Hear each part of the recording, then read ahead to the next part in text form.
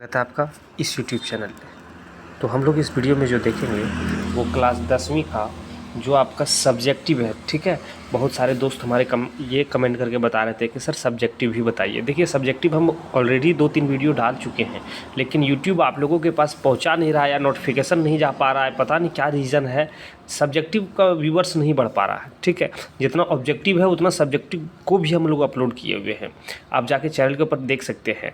या फिर चलिए इसमें जो हम लोग देखने वाले हैं, देखिए सब्जेक्टिव प्रश्न देखेंगे और जो आप लोगों का परीक्षा जो है 16 फरवरी को जो होगा उसमें जो कल यानी कल जो परीक्षा है उसमें एकदम ये प्रश्न आने वाला है। तो आप वीडियो को अंत तक देखिएगा। अगर सॉल्यूशन आप लोगों को पता होगा तो बहुत अच्छा, अगर नहीं पता होगा तो सॉल्यूशन को भी देखिएगा और प्रश्न को तो कतई नहीं छोड़िएगा, सभी प्रश्न को विजिट करना जरूरी है, ठीक है। और हाँ, आप हमें सपोर्ट करने के लिए चैनल को सब्सक्राइब कर दीजिएगा, वीडियो को लाइक करके हमें मोटिवेशन दे दीजिएगा। चलिए हम लोग बिना समय गवाए क्वेश्चन के ऊपर चलते हैं। तो आ गए हम लोग क्वेश्चन के ऊपर। जैसे कि क्वेश्चन आप देख पा रहे होंगे, ठीक है। देखिए थोड़ा सा ये हुआ कि ना कि उसमें थोड़ा सा प्रॉब्लम हो रहा था, कैमरा रखने में थोड़ा सा दिक्कत था, ठीक है। तो हम लोग यहाँ पे क्या किए कि उसको बना के यहाँ पे थोड़ा सा ये हम लोग इसको ले आए हैं। तो चलिए समझने का प्रयास कीजिएगा। देखिए यहाँ पे सॉल्यूशन हम लोग किए हुए हैं, इस सॉल्यूशन को आप अच्छे तरीके से समझाने का हम प्रयास करेंगे, आप समझने का प्रयास कीजिएगा। और हाँ, इस टॉपिक से इस तरीके से एक प्रश्न फिक्स है कि आ रहा है, जहाँ तक हो सके कि शायद यही प्रश्न ना आपके परीक्षा में पूछ दे, इसलिए इसका सॉल्यूशन आप देखिए। क्या क्वेश्चन कहता है कि यदि वो 1 मतलब कि 0-1 बिंदुओं P, एक बिंदु आपका P है, ठीक है, एक बिंदु R से समदूरस्थ है, मतलब कि बराबर दूरी पे जो ये है वो बीचों बीच में है। जैसे कि यहाँ पे देखिए दिखा दिया गया, बीचों बीच में जहाँ जितना यहाँ से यहाँ तक की दूरी है, यहाँ से यहाँ तक समदूरस्थ मतलब कि दोनों की दूरी बराबर है, ठीक है, यहाँ से, ठीक है। ये दिया हुआ था, जैसे कि यहाँ पे चित्र में हम आपको दिखा चुके हैं, ठीक, हल करके। अब यहाँ पे बिंदु, इसको हम लोग यहाँ पे कुछ नहीं दिया हुआ था तो इसको हम लोग Q मान लिए। बिंदु Q जो है बिंदु P और R से समदूरस्थ है, यही प्रश्न बोला है, वही उसी बात को हम लोग यहाँ पे लिख लिए। जब समदूरस्थ है तो यहाँ से यहाँ तक का दूरी सूत्र हम लोग लगाएंगे। तो दूरी सूत्र निकालने का फॉर्मूला होता है, देखिए यहाँ पे समदूरस्थ, इसको हम लोग इस प्रकार से बराबर लिख दिया कि QP बराबर QR, ये तो हम लोग लिख दिए। अब QP बराबर QR लिख दिए, ठीक है। अब यहाँ पे देखिए कि दोनों तरफ वर्ग हम इसलिए कर दिए क्योंकि जब दूरी सूत्र का प्रयोग हम लोग यहाँ पे लगाएंगे तो यहाँ पे उस समय उसका जो वैल्यू जो आएगा वो रूट के अंडर में रहेगा, ठीक है। रूट अंडर, दूरी सूत्र यही होता है ना, root under x2 minus x1 का होल स्क्वायर फिर प्लस y2 माइनस y1 का होल स्क्वायर। तो ये रूट में रहता है, इस रूट को हटाने के लिए ही हम लोग यहाँ पे क्या किए हैं, स्क्वायर कर दिए, ठीक है। यहाँ तक क्लियर। आगे देखिए, यहाँ पे दोनों तरफ वर्क कर दिए हैं। अब यहाँ पे दूरी सूत्र तो आप जानते हैं कि x2 minus x1 plus y2 minus y1, ठीक है। चलिए, तो y2 माइनस y1 हो गया। तो यहाँ पे इस तरह से सेम टू सेम प्रोसेस से हम लोग यहाँ पे लिखे हैं, ठीक है। ये सूत्र है आपका, ये हम कहीं से बाहर से नहीं लाए, सूत्र का प्रयोग किए हुए हैं। अब यहाँ पे देखिए, यहाँ पे दिया हुआ x2 का वैल्यू, जैसे कि हल्का सा नीचे कर देते हैं। देखिए यहाँ पे इसको हम लोग यहाँ पे देखिए, यहाँ पे थोड़ा सा और जूम करना पड़ेगा, है ना, यहाँ पे नीचे करना पड़ेगा। देखिए ये जो आपका है ये x2 है, ये x1 है, ये y2 है, ये y1 है, ये यहाँ पे देखिए ये x2 है, ये x1 है, ये y1 है, y2 है और ये y1 है, ठीक है। यहाँ पे हम लोग आपको समझा दिए। चलिए यहाँ पे जो हम लोग बैठाने का प्रयास किए हैं, इसमें से ध्यान दीजिएगा। जब यहाँ पे 0 माइनस 5 का होल स्क्वायर माइनस 3 माइनस 1 का होल स्क्वायर बराबर x माइनस 0 का होल स्क्वायर प्लस 6 माइनस 1 का होल स्क्वायर, जब हम लोग इसको किए तो जब करने के बाद देखिए 5 का स्क्वायर, 5 का यहाँ पे 5 में 0 घटाएंगे तो 5 ही बचेगा। अब -4 और -3 और -1 -4 का होल स्क्वायर, x में 0 घटाएंगे तो x ही बचेगा, इसका स्क्वायर प्लस 6 में से 1 घट जाएगा तो 5 का स्क्वायर, ठीक है। अब 5 का स्क्वायर करेंगे तो 25, 4 का स्क्वायर करेंगे तो 4 चौके 16 और माइनस अगर स्क्वायर का मतलब माइनस का स्क्वायर करेंगे तो वो प्लस हो जाता है ना, तो यहाँ पे 16 हो गया। अब यहाँ पे x का स्क्वायर 5 का स्क्वायर करेंगे 25। अब यहाँ पे देखिए क्या किया कि इसको हम लोग इधर ले आए, सभी को उधर लेके चल गए, ठीक है। तो इस जगह पे x स्क्वायर ऑलरेडी ले आए इधर। अब इधर वाला सबको x को अलग कर दिया हम लोग, तो यहाँ पे 25 ऑलरेडी है, देखिए 25 है, इस 25 को इधर से लाए तो हम लोग यहाँ पे 25 घट गया, 25 में 25 गया कितना बचा, लड्डू। अब बच गया कितना यहाँ पे बाबू लोग, देखिए इस जगह पे 16, कितना बच गया, 16 बच गया, ठीक है। तो x का वैल्यू देखिए यहाँ पे आपका निकल के सामने आ गया, ठीक। देखिए यहाँ पे ध्यान दीजिए, तो यहाँ पे 16 निकल गया। अब यहाँ पे देखिए एक्स स्क्वायर बराबर 16, अब इस स्क्वायर को हटाएंगे तो इसके ऊपर क्या चढ़ गया, रूट चढ़ गया। अब 16 का वर्ग कितना निकलता है, 4 निकलता है। तो यहाँ पे देखिए एक्स का मान कितना निकल गया, तो एक्स का मान जो मात्रक नहीं होगा, माफ़ कीजिएगा इस जगह पे मात्रक नहीं, क्योंकि एक्स का वैल्यू हम लोग निकाल रहे हैं। तो यहाँ पे क्या हो जाएगा आपका, यहाँ पे आपका हो जाएगा सिर्फ एक्स बराबर, ये मात्रक नहीं होगा, ठीक है, एक्स बराबर 4, प्लस भी हो सकता है माइनस भी हो सकता है, ठीक है, ठीक है। तो चलिए इस प्रकार से आप इसका सॉल्यूशन ऐसा प्रश्न हो तो कर लीजिएगा। और समदूरस्थ से आपको लिखित कह रहे हैं, गारंटी दे रहे हैं कि समदूरस्थ से एक प्रश्न आपके परीक्षा में आ रहा है, इसीलिए आप इस प्रश्न को देख लीजिए। इसी तरीके से हल्का सा कुछ नंबर बदल दे, लेकिन समदूरस्थ से एक प्रश्न आपके परीक्षा में फिक्स आएगा, ठीक। चलिए नेक्स्ट क्वेश्चन को हम लोग देखते हैं।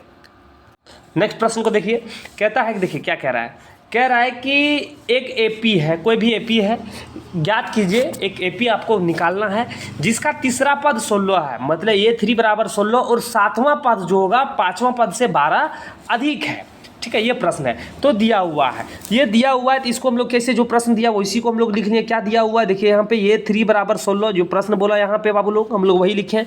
अब जब ये 3 लिखा हुआ तो हम लोग जानते हैं कि क्या होता है कि ये प्लस 2d, ठीक है, जितना यहाँ पे पद रहेगा उसमें एक पद घटाकर यहाँ पे हम लोग इस तरह से इसका सूत्र होता है लिख दिए हम लोग, ठीक है, इसको समीकरण नंबर 1 मान लिए। अब प्रश्न फिर कुछ बोला है, क्या बोला, 7वां पद जो है वो 5वां पद से, 7वां पद और 5वां पद बराबर होगा कब, जब 5वां पद निकलेगा उसमें 12 जोड़ देंगे। देखिए वही सेम टू सेम कहानी यहाँ भी किए हैं, 7वां पद 5वां पद से कितना कब बराबर होगा, जब उसमें 12 हम लोग जोड़ेंगे, 12 अधिक है 7वां पद, जोड़ देंगे, दोनों बराबर हो जाएगा, है ना।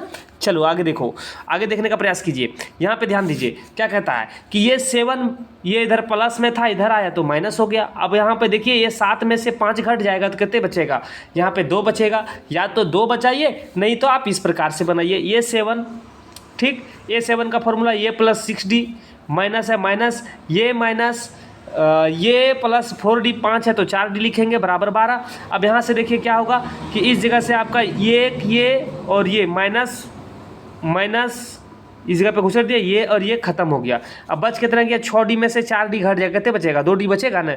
अब 2d इधर है, गुना में 2 गुना उधर जाएगा तो भाग में हो जाएगा, तो 2 एकम 2, 6 दूनी 12, तो d बराबर आपका कितना निकल गया, 6 निकल गया। मतलब सार अंतर निकल के आपके सामने आ गया, क्या निकल के आया, 6 आ गया, ठीक है।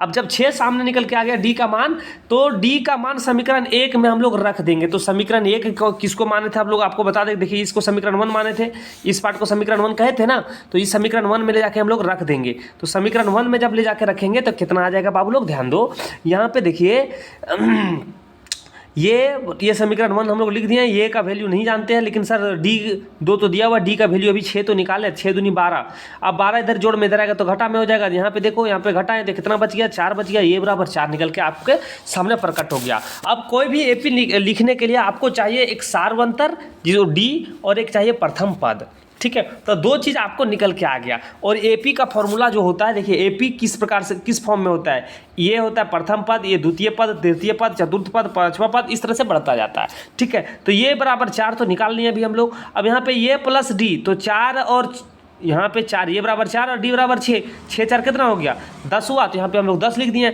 अब ये बराबर 4 है और डी बराबर 2d है, तो मतलब कि 2 गुने 6 दूनी 12 और 4 16, इस तरह से निकल गया। इस तरह से आप एपी को लिख लीजिएगा, ठीक है, ठीक है बाबू लोग, उम्मीद है कि आपको समझ में आ रहा होगा। और ये सभी प्रश्न को हम बताए हैं आपको कि अगर सॉल्यूशन नहीं देखना चाह रहे, लेकिन प्रश्न को आप जरूर देख लीजिएगा, क्योंकि आपके परीक्षा में ये प्रश्न आ रहा है। जहाँ तक हो कि यही प्रश्न ना पूछ दे, या फिर इस चैप्टर से ऐसा ही प्रश्न आपके परीक्षा में पूछा जाएगा, ठीक है, हम कॉन्फिडेंस के साथ कह रहे हैं आपको। चलिए नेक्स्ट प्रश्न को हम लोग देखते हैं।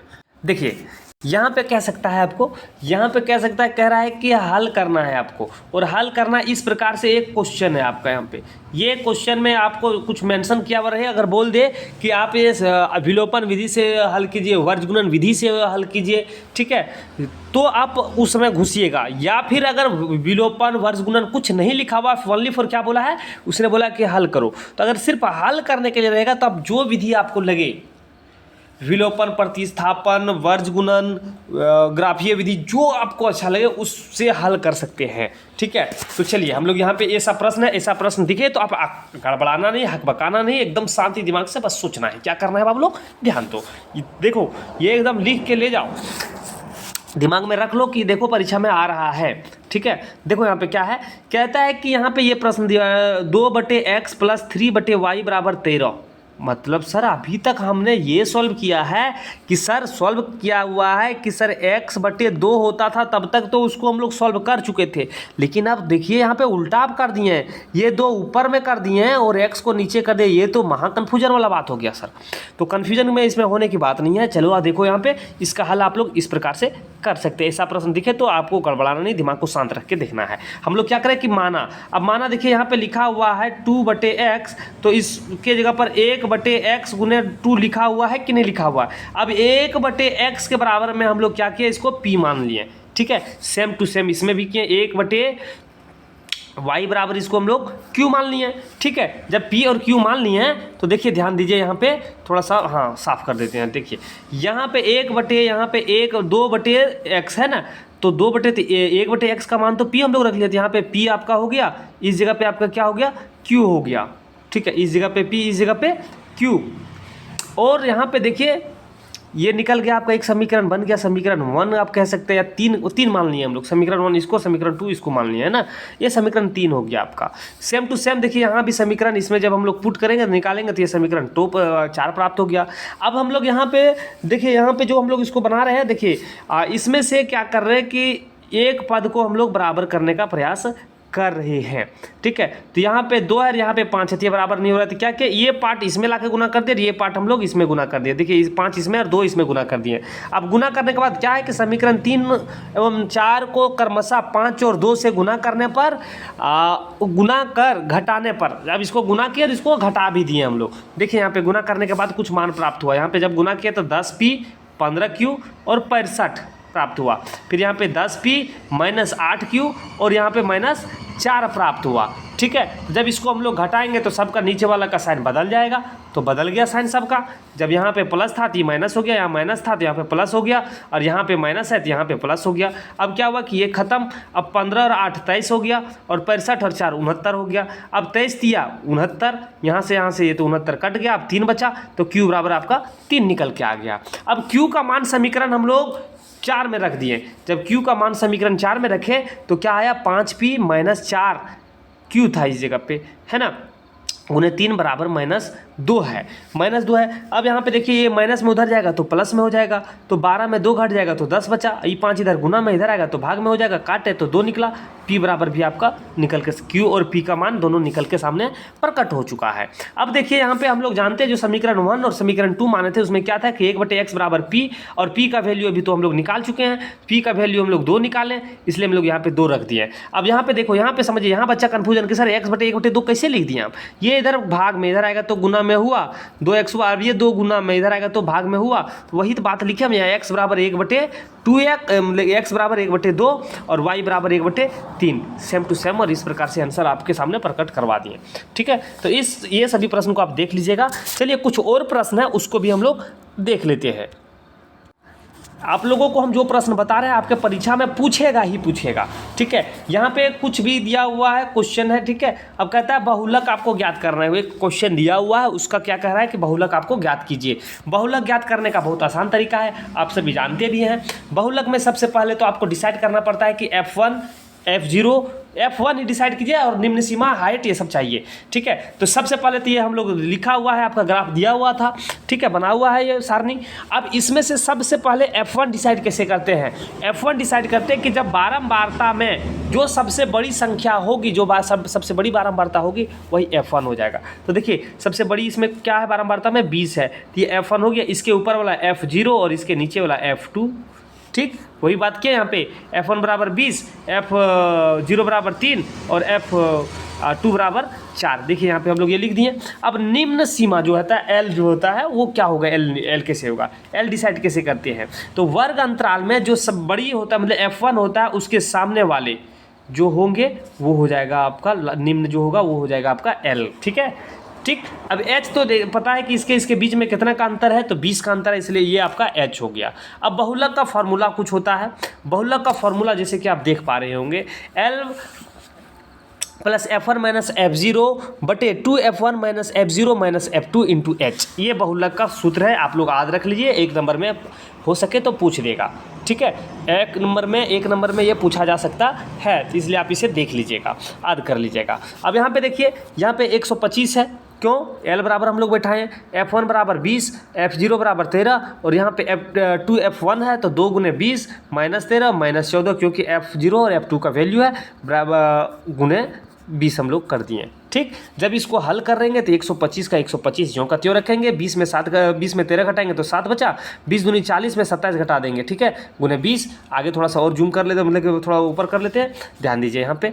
अब यहाँ पे जब इसको घटाएंगे तो निकल के आपके सामने ये पहुँच जाएगा। अब यहाँ पे देखिए, जब 20 सते 140 और 13 से भागा देंगे तो भाग देने के बाद 10.76 प्राप्त होगा। जब इसको हम लोग जोड़ेंगे तो 1 3 5 मतलब 135.76 आपका ये कुछ आंसर प्राप्त होगा, ठीक है।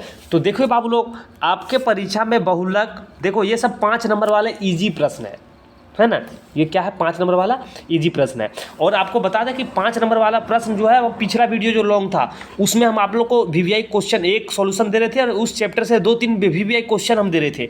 अगर आप नहीं देखे तो जाइए अभी तुरंत सबसे पहले उसको जाके देखिए और इसको भी देखिए, ये 5 नंबर वाला में से फिक्स आपके परीक्षा में आ रहा है। और एक और प्रश्न हम बताते चले कि एक ऐसा प्रश्न है जो आपके परीक्षा में हो सके तो पूछ दिया जाएगा। प्रश्न ऐसा है, देखिए हम थोड़ा सा स्क्रीन पे नहीं लगा पा रहे हैं, प्रॉब्लम थोड़ा सा है, लेकिन प्रश्न को थोड़ा सुन लीजिए कि सिद्ध कीजिए कि यदि किसी त्रिभुज की एक भुजा का वर्ग अन्य 2 भुजाओं के वर्ग के योग के बराबर हो तो पहली भुजा का सम्मुख कोण समकोण होता है, ठीक है। ये MVVI प्रश्न, और यहाँ तक हम कह सकते हैं कि अगर आपके प्रमेय में प्रश्न पूछा जाए तो प्रमेय में यही प्रमेय आपके परीक्षा में फिक्स है कि आएगा ही आएगा, ठीक है। और ये हम गारंटी के साथ कहते हैं कि ये प्रश्न आपके परीक्षा में पूछ देगा, ठीक है। जो प्रश्न बताए उसको फिर से रिमाइंड कीजिए और फिर से एक बार सुनिए और देख लीजिए कि प्रश्न कहाँ पे है। इसको रट के, फाड़ के, चीड़ के, जैसे भी करना अपने दिमाग में बैठा लो, ठीक है, और एकदम परीक्षा में पूछा जाएगा, ठीक है साथियों। तो चलिए और भी हम लोग प्रश्न देखते हैं, लेकिन वीडियो लंबा होता जा रहा है, फिर नेक्स्ट पार्ट बनाते हैं उसको, ठीक है। इस पार्ट को जरूर आप देख लीजिएगा। चलिए वीडियो को हम लोग यहीं पे समाप्त करते हैं, फिर मिलते हैं नए वीडियो लेकर, तब तक आपसे अलविदा लेते हैं। जय हिंद।